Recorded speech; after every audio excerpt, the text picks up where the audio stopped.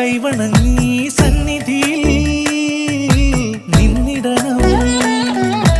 ഭരതനെ ലക്ഷ്മണനെ തൊഴുതു വന്നങ്ങകലെ പായമ്മൽ കാവിലും പോന്നിടണേ.